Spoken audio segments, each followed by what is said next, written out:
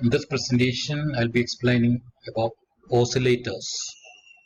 Oscillators are positive feedback circuits, and that can be classified as RC phase shift oscillators, LC phase shift LC oscillators, and RC oscillators, LC oscillators, and crystal oscillators. And in this presentation, I'll be explaining RC oscillators, in which RC phase shift oscillators and Wein bridge oscillators will be explained. Oscillators are positive feedback circuit. Positive feedback circuit is shown as a block diagram here, and here this is the amplifier, and amplifier output is fed back through a feedback network, and that is feedback. VF is the feedback signal and VS is the input signal. And if VF is adding with VS, because if this VF is in phase with the VS, then we call it as a positive feedback. Therefore, the output VI is equal to VS plus VF, and that is given as the input to the amplifier, and then output V0, like that. Therefore, in a positive feedback circuit, feedback signal will be in phase with the input signal.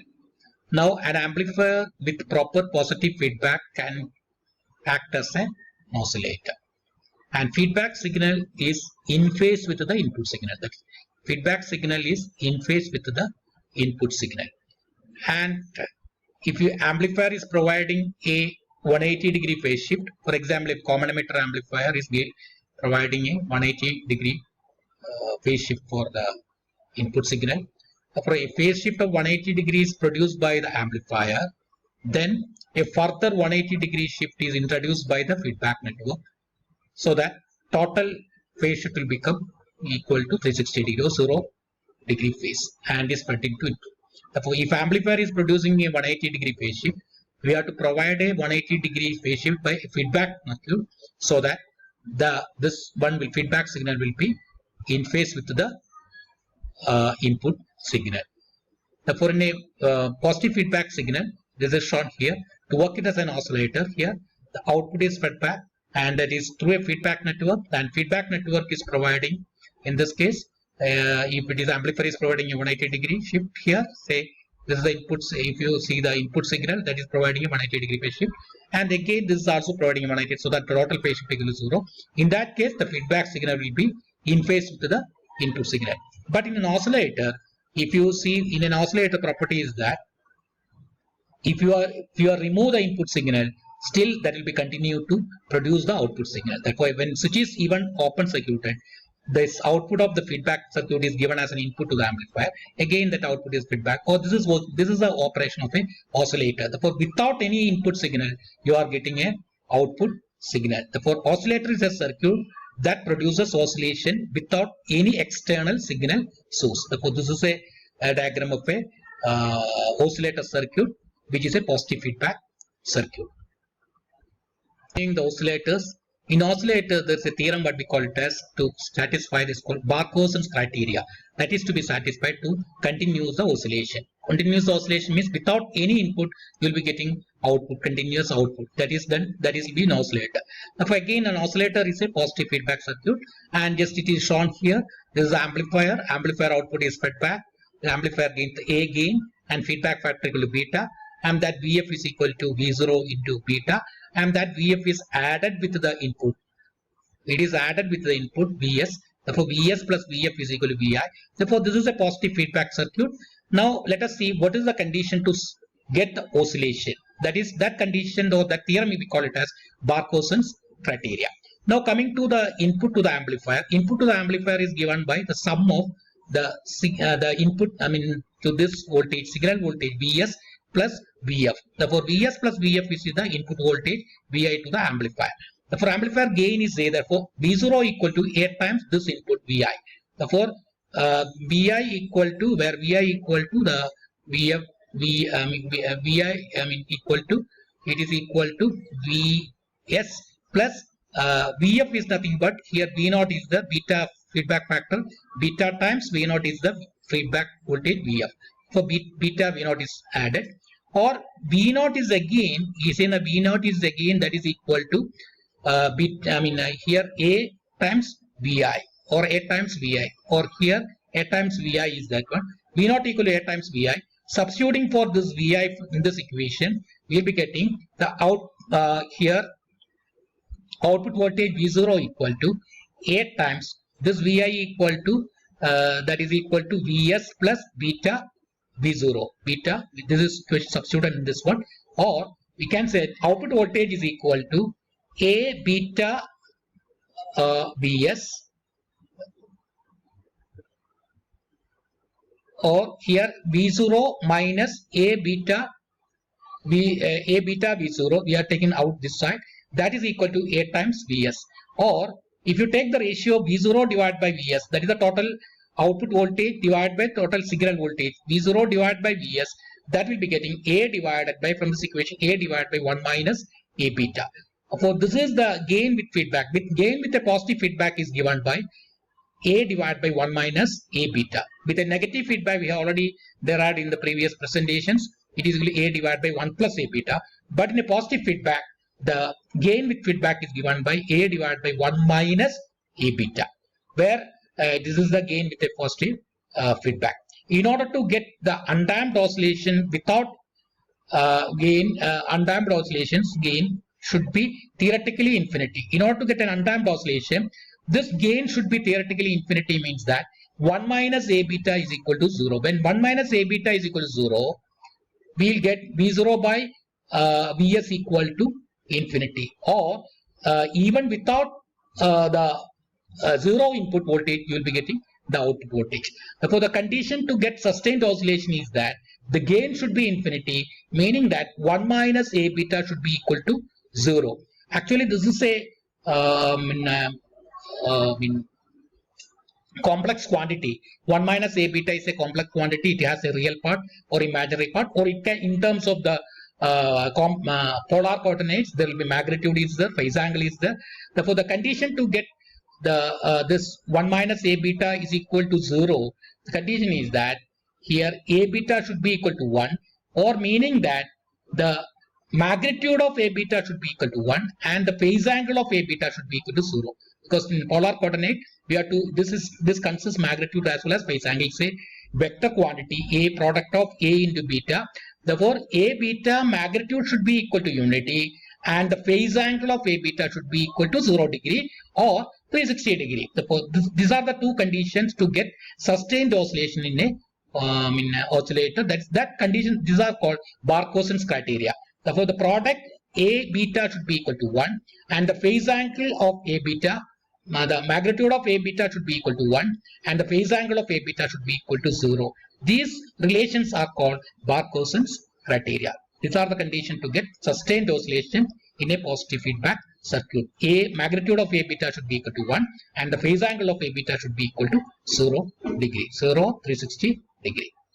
The RC oscillator, there are two types. One we call it as RC phase shift oscillator. Second one we call Baines bridge oscillator. Now let us see first RC phase shift oscillator. In RC phase shift oscillator, as an example here, there is a transistor with a common emitter configuration in which the relation between output and the input is equal to 180 degree. Whatever the signal applied at the base drive, that gets 180 degree shifted at this output. So in order to feedback to the input here as a feedback, totally again you have to produce 180 degree phase shift. So that total phase shift equal to 360 degree. And that phase shift can be provided by the RC element, that is CR, CR and CR. Each will be producing 60 degree. This will be producing a 60 degree phase shift.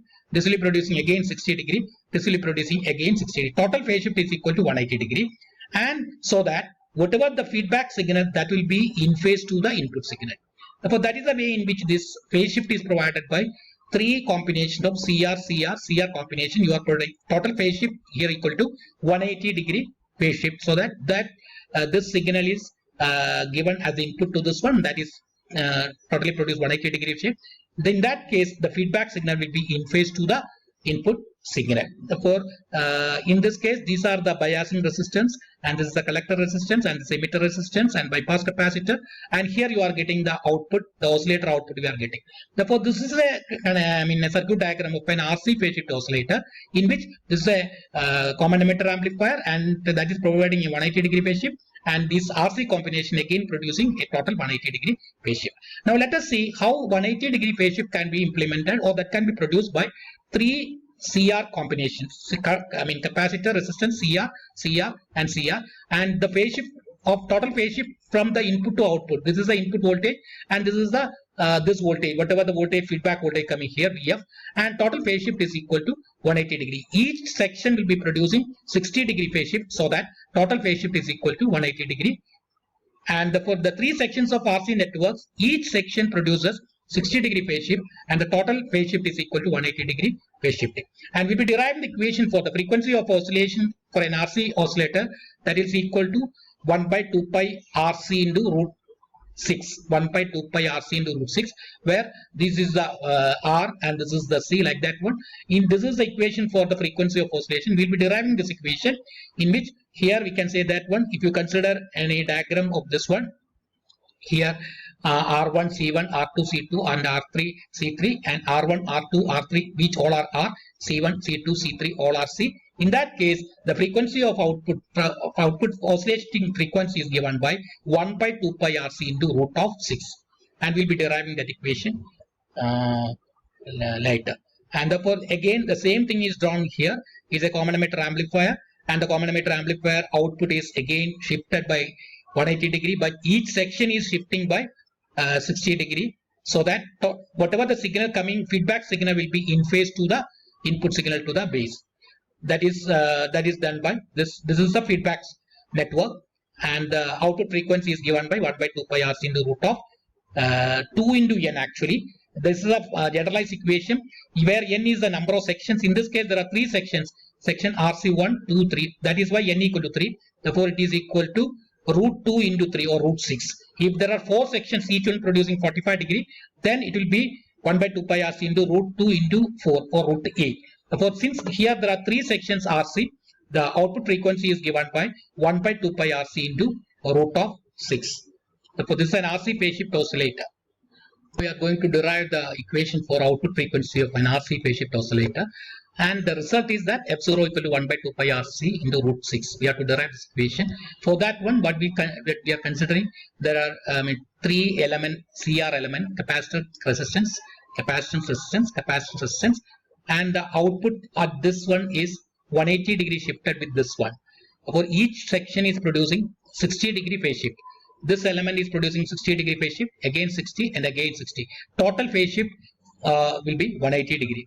Now we have to derive the equation for the output frequency. For that one, you are going to first write the loop equation. The 3 loops are there. Loop 1, I1 current, I2, I3, and we are going to write the we are going to apply the Kirchhoff's voltage law, and we are going to write the loop equation.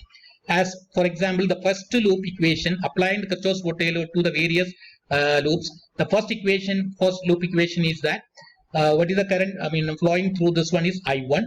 Therefore, here I1 into the total impedance of this loop is given by R plus 1 by j omega c. Then, because current direction, this is the I1 is flowing in this direction. Since I2 is flowing the opposite that one, we'll be getting minus I2 into R. That is equal to the input voltage here, Vi.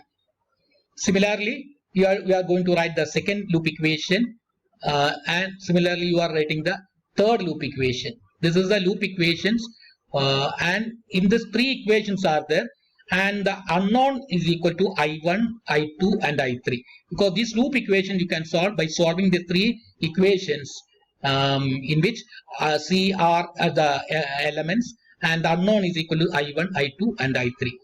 And you can solve this loop equation by using the Cramer's theorem. That is, here first we are going to find out what is the equation for I3. What is this output I3? Once you get I3, that I3 into this resistance will be the output voltage. This actually, this voltage of this one, this is feedback. This is a feedback signal VR. Therefore, replacing the one thing is that we are going to replace j omega by s. That is S domain. It is called the Laplace transform. It's a frequency domain. Then j omega will be replacing by s. You are replacing the j omega by s, and here you are converting into the matrix equations like this is, you are going to substitute in this one, and you are writing what is this matrix into the current I1, I2, I3, and that is equal to the voltages V1 0, 0. Therefore, you have to solve for this current I3, you have to solve for the current. That can be done by using the Cramer's theorem. That is, let us see next slide. In the derivation of frequency of an RC phase shift oscillator, as we have seen the three equations of I1, I2, I3, and we have to solve for the these loop currents, and to find out that one we wrote the equations, and then as a determinant of this one, that is that equation, previous equation, this is a determinant, and you are calculating what is the determinant, and as per the Cramer's rule, we are finding out what is the current loop current I3. In order to find out the loop current I3, the third column, that is the third column, is replaced by the right side quantity, that is V1 0, 0, and again you are finding out what is the determinant D3, and then determinant D3 divided by the determinant D, that is the current I3. Therefore, this is the equation for the loop current I3. Therefore, we are using the Cramer's theorem, Cramer's rule, we are finding out what is the loop current I3. Continuing the derivation of output frequency of RC phase shift oscillator, we have to find out what is the feedback voltage. Feedback voltage is the I3, that is I3 loop current I3 into R. I3 we have already calculated in the previous slide presentation, and here I3 is multiplied with R, and then you will be getting the equation for the feedback voltage, and finally that ratio of the this voltage ratio, that is beta equal to the this whatever this feedback voltage, that is actually V0, it is written in that one, both will be in this case it is written V0 and VF are both are equal, beta equal to V0 divided by V1. That ratio is called the feedback factor, and we have taken that ratio V0 divided by output voltage V0 divided by V1, and sorry, it is we have taken the feedback V0 is a VF, V0 what is the input voltage, and that from this one V0 divided by V1 is taken, and that is this is the equation for the feedback factor beta, and in this case we have to replace j omega by s, or s square is, or s is replaced by j omega, and s square is replaced by j omega whole square or minus omega square, and s cube is replaced by j omega cube or minus j or it is equal to minus j omega cube. These are the to be done. Then you have to calculate what is the beta. You are substituting in this one, you have to calculate what is the beta. The feedback factor is calculated in terms of j omega, as I already told. J omega, s is replaced by j omega, and s square is replaced by minus omega square. It's called j omega whole square minus omega square, and s cube is replaced by minus j omega cube, and this is done for this equation, and then you will be getting the equation for the feedback factor beta, and we are dividing numerator and denominator by the terms j omega cube, r cube, and c cube is divided numerator and denominator, and we are going to replace 1 by omega rc by alpha. This 1 by omega is replaced by alpha. Then this equation for the feedback factor beta, that is now it is equal to 1 by this equation will be getting 1 plus 6j alpha minus 5 alpha square plus j alpha cube. Therefore, this is the equation for the feedback factor, and from this is beta is replaced in the, and from this equation, this is the equation for the beta feedback factor, and that contains the real part and imaginary part. And in order to have a phase shift of 180 degree phase shift, the imaginary part of this should be equal to 0. We have to have a imaginary this one that should be equal to the 0, or this is equal to imaginary side equal to 0 means that 6 into alpha into 6 minus alpha square should be equal to 0, or alpha square should be equal to 6, or alpha should be equal to root of 6, or alpha is defined as 1 by omega RC is the alpha. Therefore 1 by omega RC should be equal to root 6, 1 by omega RC equal to root 6, or we can get it as here 1 by omega is equal to root 6, or omega can be written as omega equal to 1 by RC into root 6. Therefore omega equal to 1 by RC into root 6, omega equal to 2 pi f. Therefore f is equal to 1 by 2 pi RC into root 6. That is the frequency of oscillation in the case of RC phase shift oscillator. For an RC phase shift oscillator, the frequency of oscillation is given by 1 by 2 pi RC into root 6. Now we have to derive what should be the gain of the amplifier. We have to derive the condition how much is the gain of the amplifier should be. For that one, as you know that one, the product A beta should be equal to the magnitude of A beta should be equal to 1. For that one, what should be beta value corresponding to this frequency and this value of alpha? From the previous equation, you can calculate what is the feedback factor beta.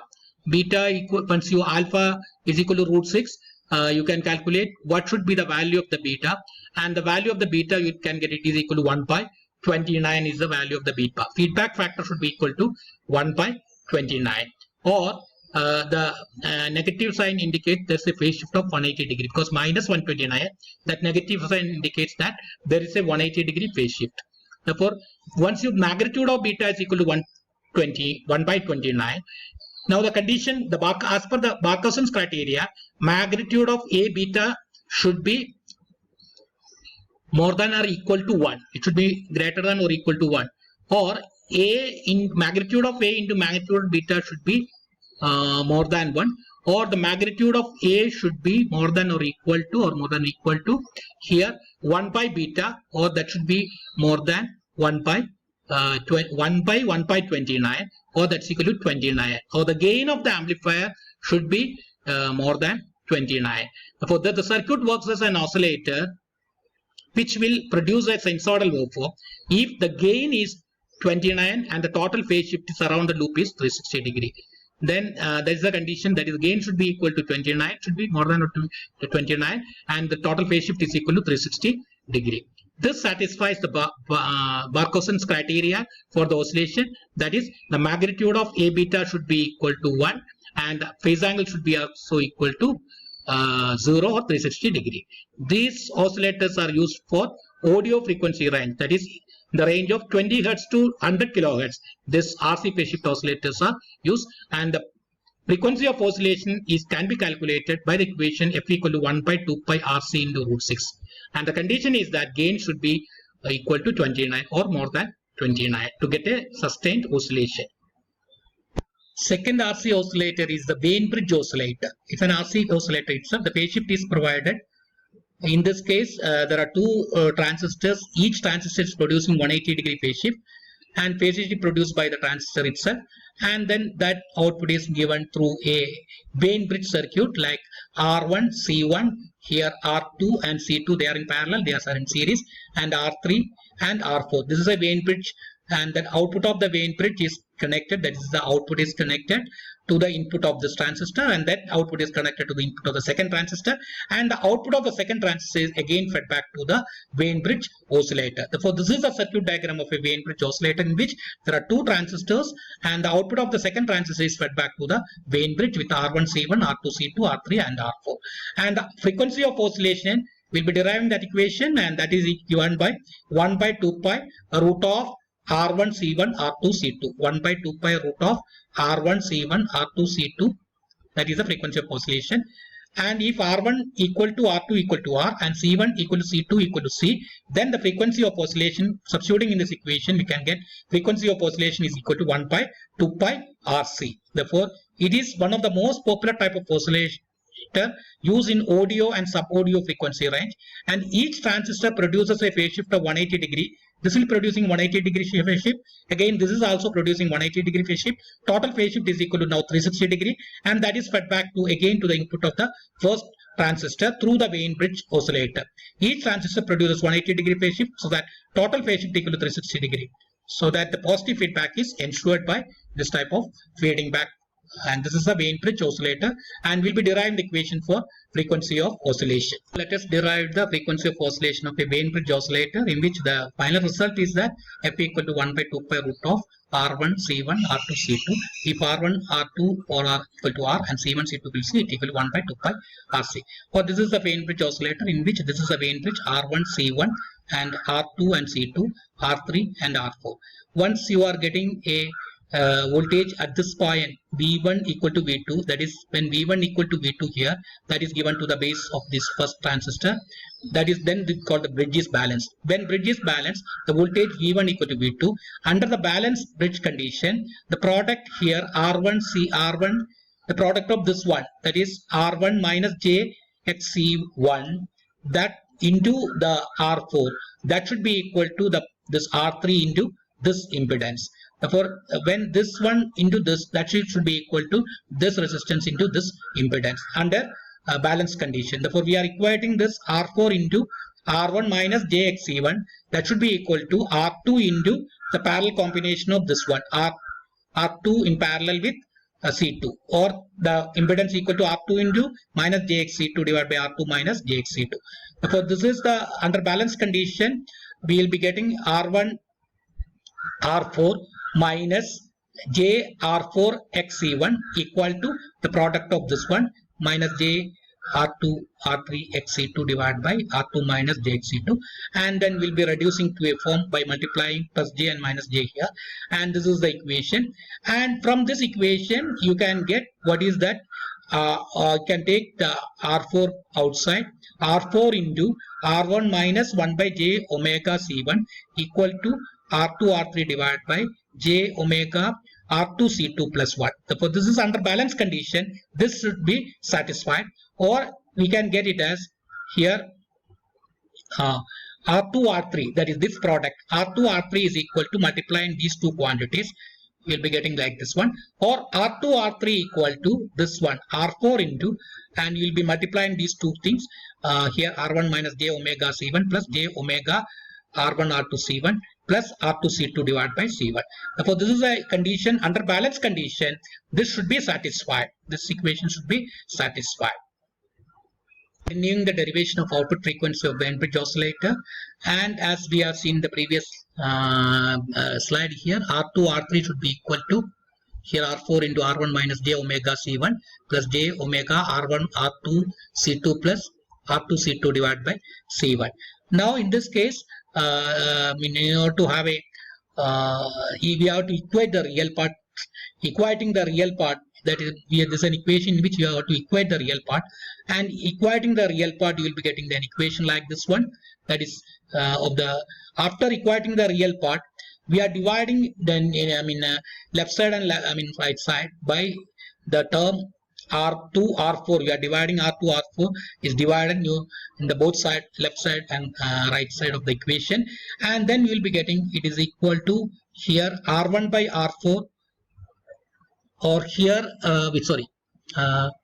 here R3 by R4 equal to R1 by R2 plus C2 by C1, or C2 by C1 equal to we'll be getting R3 by R4 minus R1 by R2. So this is the equation to be satisfied after equating the real part, or equating the imaginary side. Equating the imaginary part of this equation, you will be getting it is equal to this equate the imaginary part.